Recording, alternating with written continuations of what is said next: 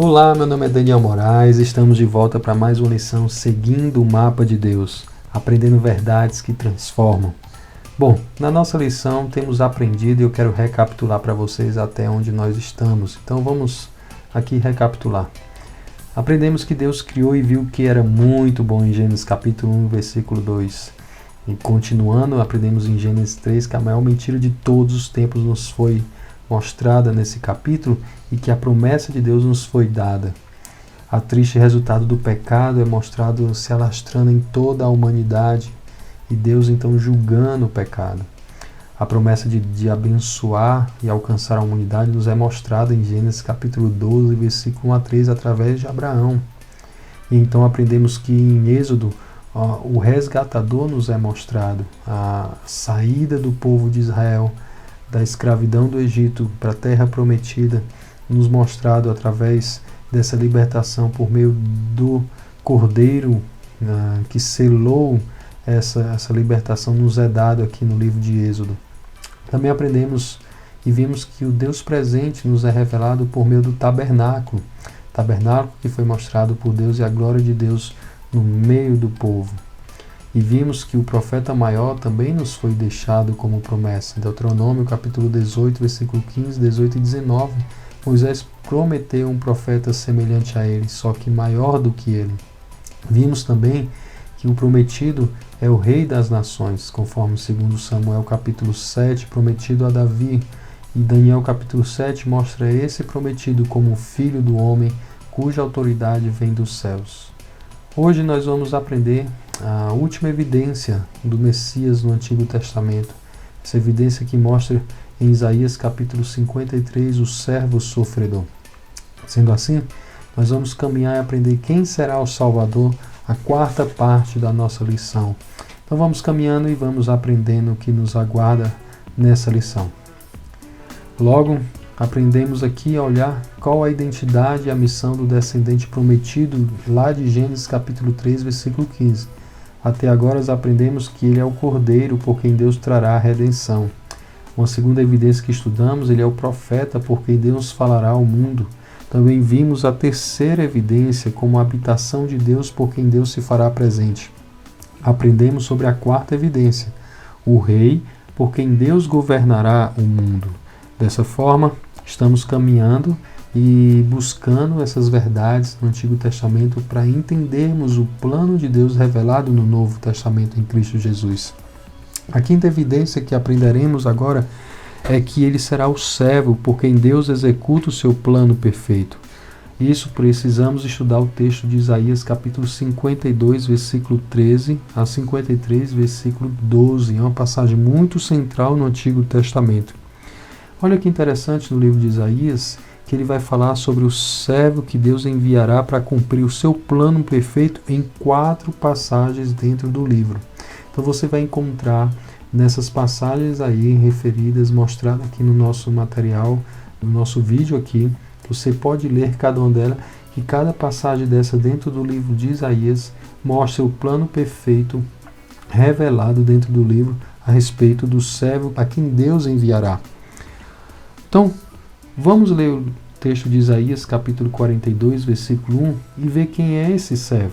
Eu vou mostrar aqui o texto para a gente acompanhar. Quem é esse servo? Olha o que Isaías vai dizer.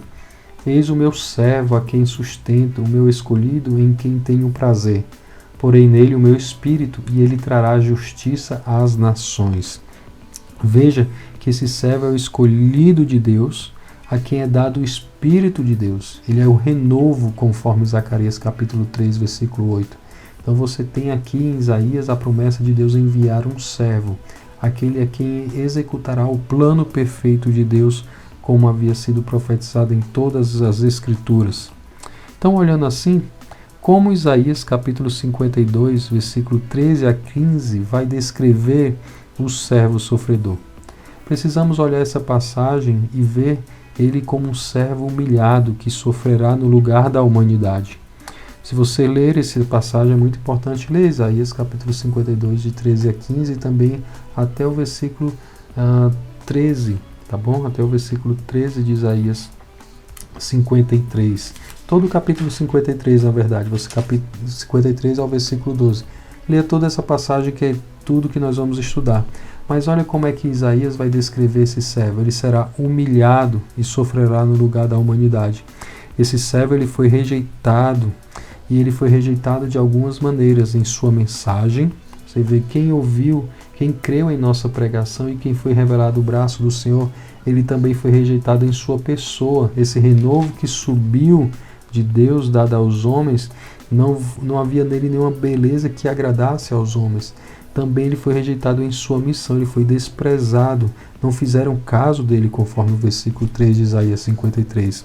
Você encontra que esse servo ele foi rejeitado nesses aspectos aí, na sua mensagem, em sua pessoa, em sua missão. Por isso que ele é um servo humilhado. E esse servo ele realiza a obra de Deus, uma obra de expiação de pecados, né, dos homens diante de Deus. Você pode ler isso no versículo 4 ao 6. Ele era um homem de dores, diz que ele levou sobre si as nossas dores. Ele foi reputado como um aflito, ferido de Deus e oprimido, e ele foi transpassado pelas nossas transgressões. O castigo que nos trouxe a paz estava sobre ele. Então olha como Isaías está descrevendo esse servo que Deus enviaria, e esse servo seria humilhado porque sofreria no lugar da humanidade. Da mesma forma, esse servo recebe a aprovação de Deus, mesmo passando pelo que passou, porque isso tudo foi plano de Deus. Isso é descrito no versículo 10 do capítulo 53, que foi do agrado de Deus fazer o que ele passou, sofrer o que ele passou.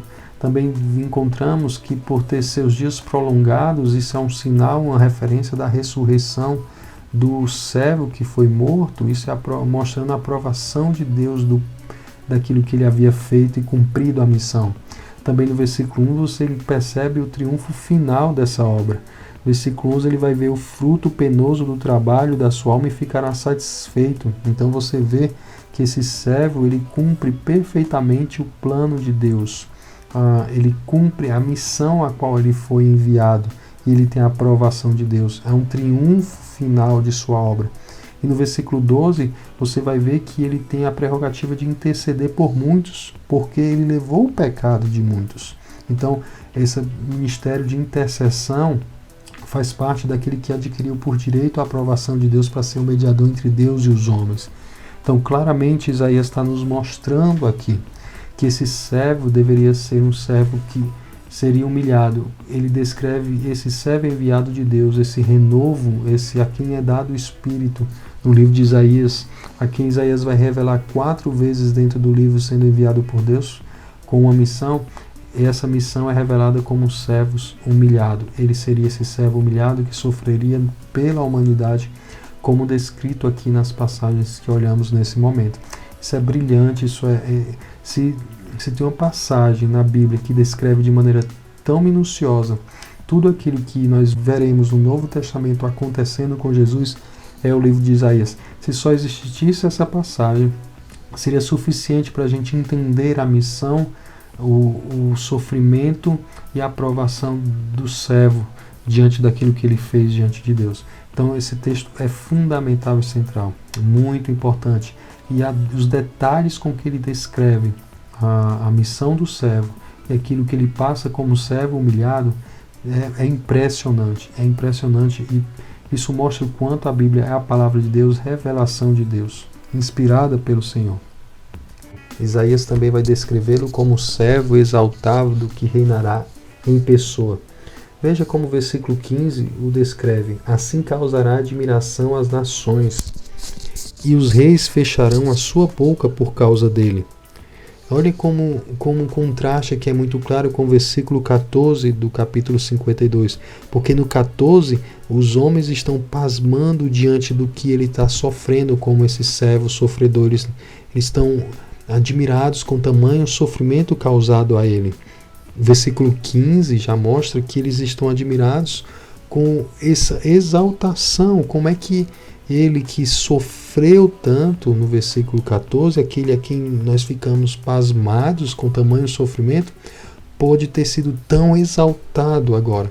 Observe que interessante isso aqui, que reflete um pouco, ou nos dá a percepção dessa nação de Israel, a quem Isaías está falando, que rejeita esse servo, e que no futuro vê esse servo agora não mais como humilhado, agora como exaltado, reconhecendo e admirando a tamanha exaltação e quem ele era, né? Então, na nossa passagem aqui nós temos o resumo e a amostra da humilhação e da exaltação desse servo. Isso quer dizer que o seu sofrimento descrito de maneira detalhada na passagem, inclusive a sua morte e ressurreição, a sua obra de trazer purificação de pecados como aquele substituto, vicário de Deus por nós, né? Pelos nossos pecados, nos dando salvação, e o ministério de intercessão e do reino que ele vai exercer revela toda a sua missão e que está ligado a ele como um servo humilhado e também como um servo exaltado. Jesus é aquele a quem Isaías profetizou conforme o Novo Testamento. Vamos ler Atos capítulo 8, versículo 27 e 28. Qual é o livro que o eunuco Eutípio lia? Queria que você olhasse e lesse Atos capítulo 8, versículo 32 e 33. Qual é a passagem de Isaías que ele estava lendo? Isso mesmo, o texto que aprendemos hoje aqui no livro de Isaías, capítulo 52, versículo 13 a 15 e o capítulo 53. Qual era a dúvida que o eunuco levantava para Filipe, conforme Atos capítulo 8, versículo 34? Dê uma olhadinha lá e veja. A quem o profeta se referia? A ele ou a outra pessoa? Essa era a dúvida do eunuco para Filipe. A quem Isaías estava se referindo? A ele mesmo? Ou a outra pessoa? Qual foi a resposta então de Filipe para o eunuco, conforme Atos capítulo 8, versículo 35? Dá uma olhadinha lá, verifica no texto. Ele mostrou que Jesus é o cumprimento da profecia. A profecia não se referia a Isaías, mas se referia ao Messias. Se referia àquele prometido de Gênesis capítulo 3, versículo 15, que nós caminhamos por toda a trajetória do Antigo Testamento mostrando quem ele era. Deus está cumprindo o seu plano em Cristo Jesus. E Jesus é esse cumprimento de toda a profecia, inclusive de Isaías. Era isso que Filipe estava dizendo para o etíope. Então, Jesus é aquele que Isaías profetizou. Leia mais aqui algumas passagens que estão relacionadas no Novo Testamento que vão mostrar esse fato. Quero deixar essas passagens aqui para você ler e ver como Isaías é citado em algumas delas, ou em quase todas elas, mostrando que Jesus é o cumprimento daquilo que foi anunciado no Antigo Testamento. O que então podemos aprender hoje nessa lição? Primeiro, o plano de Deus de uma obra completa de salvação se cumpre em Cristo Jesus. Isso implica que a humilhação e exaltação do Filho de Deus foi vontade soberana do Senhor, justamente para a salvação de pecadores, visando o louvor da sua glória. E Efésios capítulo 1, versículo 3 a 14, uma passagem já citada em outras aulas aqui do Mapa de Deus, que revela muito claro disso. Lembra, tudo isso foi plano de Deus, de uma obra completa de salvação que se cumpre em Cristo. Tudo vai convergir em Cristo Jesus. Deus não está conduzindo algo aleatório. Deus está cumprindo um plano perfeito já revelado aos nossos olhos. E a história bíblica nos mostra isso. Isso significa que Deus está cumprindo o seu plano hoje e consumará esse plano como prometido. Se ele cumpriu tudo o que havia prometido na primeira vinda do Filho, como servo humilhado, esse servo também será exaltado. O servo sofredor Jesus deu sua vida por pecadores e não por justos. Jesus falou que não veio salvar justos, mas sim pecadores. Você pode ver isso muito claro em Marcos capítulo 2, versículo 17. Não existe um justo sequer no mundo. A Bíblia mostra isso muito claro. Não há ninguém que busque a Deus, não há ninguém que o tema. Isso tem que ser muito claro para você. Se ele foi o servo humilhado por levar nossas transgressões, o castigo que nos trouxe a paz estava sobre ele, você tem que entender a sua condição de pecador, porque a missão de envio do servo tem como objetivo salvar o pecador perdido e conduzi-lo a uma nova vida através do Messias prometido. Sem a má notícia, não terá importância a boa notícia de salvação para você. Então entenda, o servo sofredor não sofreu para nos dar um exemplo somente. Ele sofreu porque ele era o único plano perfeito de Deus para solucionar o problema do pecado que entrou no mundo, que nós já vimos isso em Gênesis capítulo 3. Ele é a promessa, ele é a semente prometida. Ele é o descendente prometido de Deus. E nós temos isso muito claro revelado nas Escrituras. Terceiro, a urgência para a aceitação da obra do servo sofredor por parte dos homens. Lembra de que em toda a história bíblica é necessário que o homem confie no que Deus fez e o revelou? São pressupostos, são alicerces que nós trabalhamos nas primeiras lições. Deus tem um plano e esse plano precisa ser abraçado em fé. Isso se chama justamente fé, que é o contrário da incredulidade. A incredulidade é viver diferente da revelação de Deus. Existe uma urgência, e o livro de Isaías, o próprio capítulo 53, diz: quem creu em nossa pregação, quem creu em nossa mensagem. Houve uma rejeição por parte desse povo que Isaías profetizava, que rejeitou o servo do Senhor. Mas há uma necessidade de uma busca e arrependimento, né? Há uma necessidade que o homem creia naquilo que Deus revelou e confie plenamente no plano dele. Isso se chama fé, e a fé é o meio pela qual Deus estabeleceu para que essa salvação nos alcance. Finalizando, mas a todos quanto receberam, foi-lhe dados o poder de serem feitos filhos de Deus, porque creram no nome do Filho de Deus. Isso está em João capítulo 1, versículo 10 e 13. Isso muito claro nos é mostrado, essa urgência de aceitação pelo servo. Você confiará em Cristo e viverá para Ele, ou mesmo sabendo essas verdades reveladas nas Escrituras a respeito de Cristo, você viverá de maneira diferente do que Deus disse? Lembre que fé e incredulidade são duas respostas que você dá adiante da urgência e aceitação da obra desse servo sofredor e exaltado. Lembra disso. Fé é aquele que confia plenamente no que Deus revelou e passa a viver conforme essa vontade revelada de Deus. Incredulidade é viver de maneira indiferente à revelação de Deus. É não dar crédito a ela como ela deveria ser.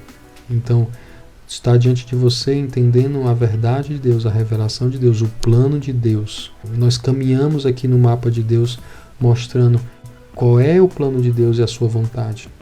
Você pode abraçar isso em fé, e pela fé, crendo no Filho de Deus, você se torna um filho de Deus.